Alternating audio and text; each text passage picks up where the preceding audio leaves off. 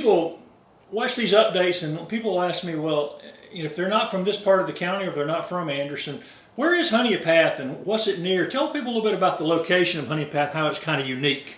Sure. So Honea Path is in the middle of everything, is what we like to say. You got a 25-minute drive to Abbeville Hospital, 35-minute drive to Self Memorial, and probably 30-minute drive to Anderson Hospital System. So all of those places we're right centralized between all of them. We can be in Simpsonville in 30 minutes. We can be in downtown Greenville in 45. So we're a town outside of towns, I guess is the way to put it. But it's a great place to live if you don't want to, the hustle and bustle of, say, Woodruff Road or Pelham or up that way. Traffic flows pretty decent through Honea Path, and if you don't mind commuting, it's a great place to live and then commute to work. You've also got one of the best old-time Main Street downtowns with stores and stuff left in the county, too.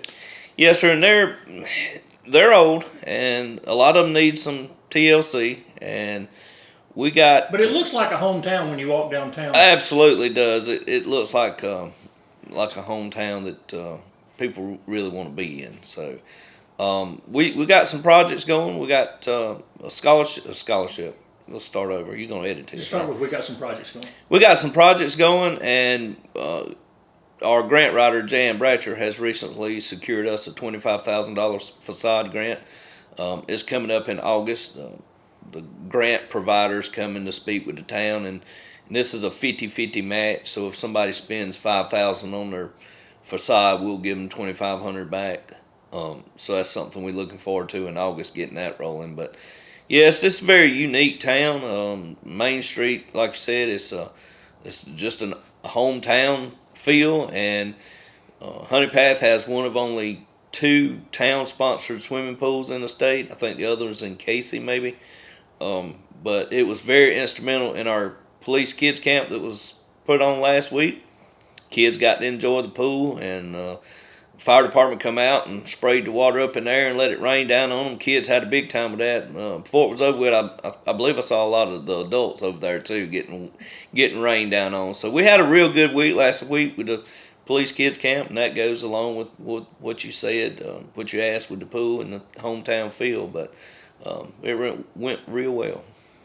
Is all that kind of playing into attracting more housing here? Y'all getting a lot of housing starting to come in? Yes, sir. We do have quite a few new constructions going up. I think last time we spoke, I said about 7 to 10 maybe. A couple of them's finished and people's moved in, but I've noticed a couple more popping up now too. So we are getting some movement into Honea Path, some growth here, and some great news coming. I hope I can share with you in the fall when you come and interview me. But I'll just put it like this: there's probably some housing coming also. So we look forward to that. You said you had some other big news going on in Honea Path. What can we talk about now? We got the 4th of July event coming up, or the Independence Celebration. It'll be not this coming Saturday, but July 2nd Saturday. Going to start around 2 o'clock with live music. We're going to have the pool open, and want to remind folks there is a limit inside the gate of 150 people. So if you come late and the pool's full, just be patient. Somebody will get out eventually. Don't want people fighting and arguing about not being able to get in the pool. There is 150 DHEC standard limit to the pool area.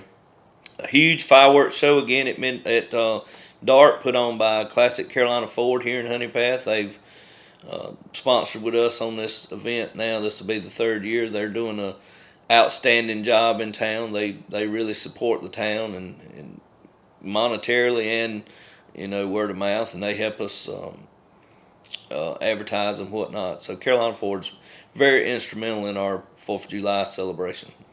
And that's a real big summer event annually here, right? That's one of y'all's big cornerstone summer events. It's beginning to be. We've only started it since I've been mayor, so it's 3rd year now, and hopefully next year will be 4. And depending on how the voters feel next November, we may have it 4 more years, whether I'm in office or not. We may have it, so I'm hoping so.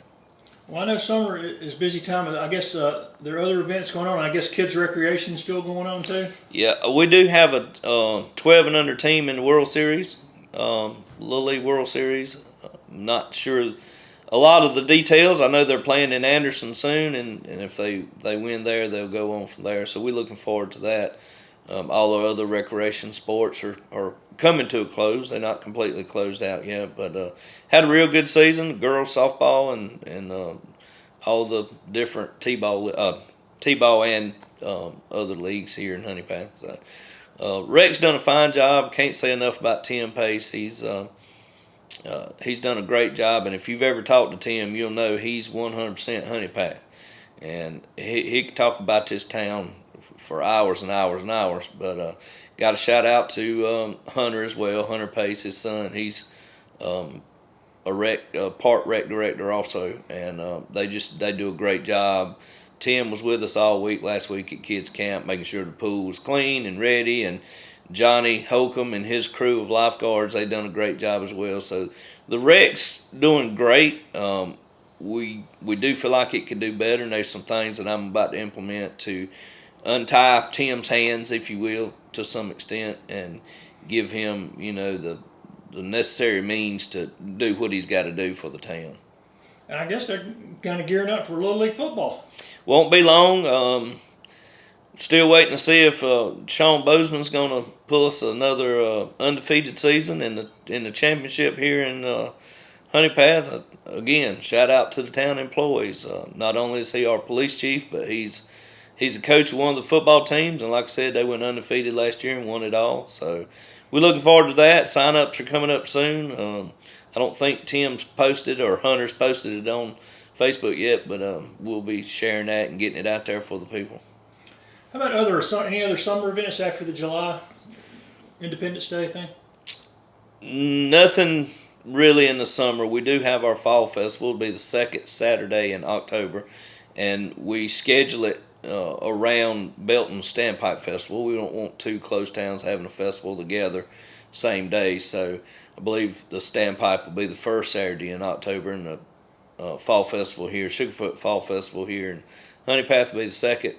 And we got some great bands lined up again, and there'll be vendors and activities, and that'll be on Main Street this year. 4th of July celebration or Independence celebration will be at the ball field over at the rec center. So we're gonna mix it up a little bit and have one over there, because you can't shoot fireworks downtown Honey Path. So we'll have the fall festival back on Main Street, and I believe it may be October 8th, maybe. Something like that. This second Saturday in October.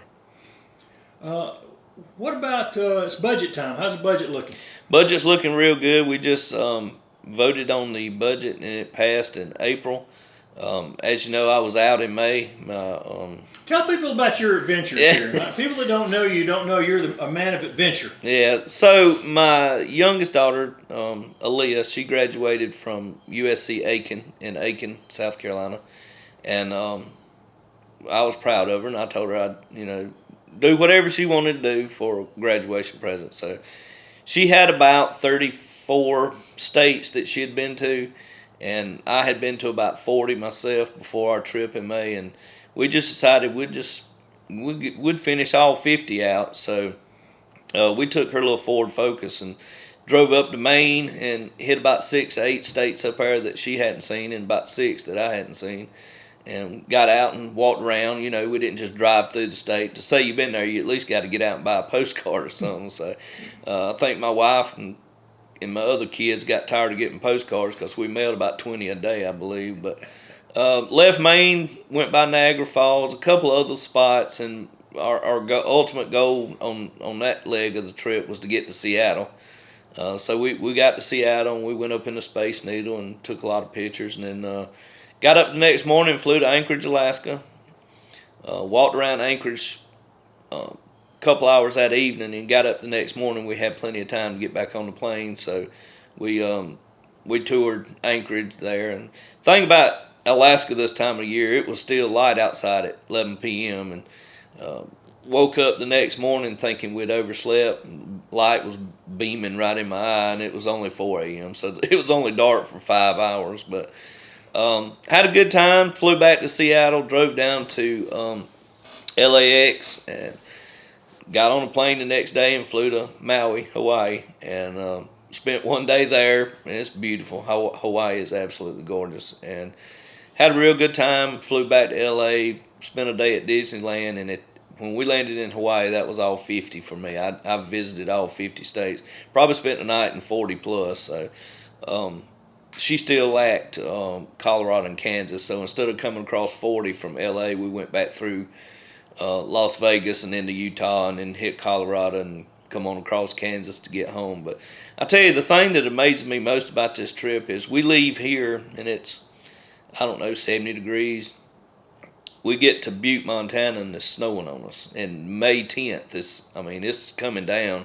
We get behind a snow plow, plowing the roads, and I'm like, man, this is May. This is unheard of. But we get to Alaska, and it's, of course, froze over everything except right in Anchorage. And Hawaii, 75 degrees year round from what the cab driver told us. But come through Vegas, like I said, it was 104. So feel like we've seen every weather pattern you can think of except a hurricane on this trip. So we went through some heavy thunderstorms too, and snow, and heat and drought and everything. But it was a real good trip. It was something we've been planning for about 3 years. So I hate that it's over, as she does as well. Do you know how many miles y'all travel? I put 8,214 on her car, and then we flew another right at 8,000 from the 2 trips we took. Come in way under budget. Things wasn't as high out west as I thought they was going to be. They higher than here, of course, but we come way under budget. And people think that you got to be rich to do something like that. No, you don't. You just got to save for 3 years. I think we got about $7,200 in the entire trip, and that's 17 nights lodging, snacks, gas, flights, toll roads. Let me warn you now. You go up north, you're gonna hit a toll road about every turn you make. So there's a lot of that going on, but it's not as expensive as people think. But we had a real good time. Do you have any favorite states you remember you'd like to go back to? Oh gosh, someplace you'd really like to go back and spend some more time? Yeah, Hawaii definitely. We spent about 26 hours in Hawaii and got on the plane and come home. Well, it wound up being about 28 hours because the plane kept getting delayed because our spot at the terminal, the plane was late, so it had to wait a couple extra hours waiting on the terminal to open up. But Alaska's beautiful. I'd like to see more of Alaska.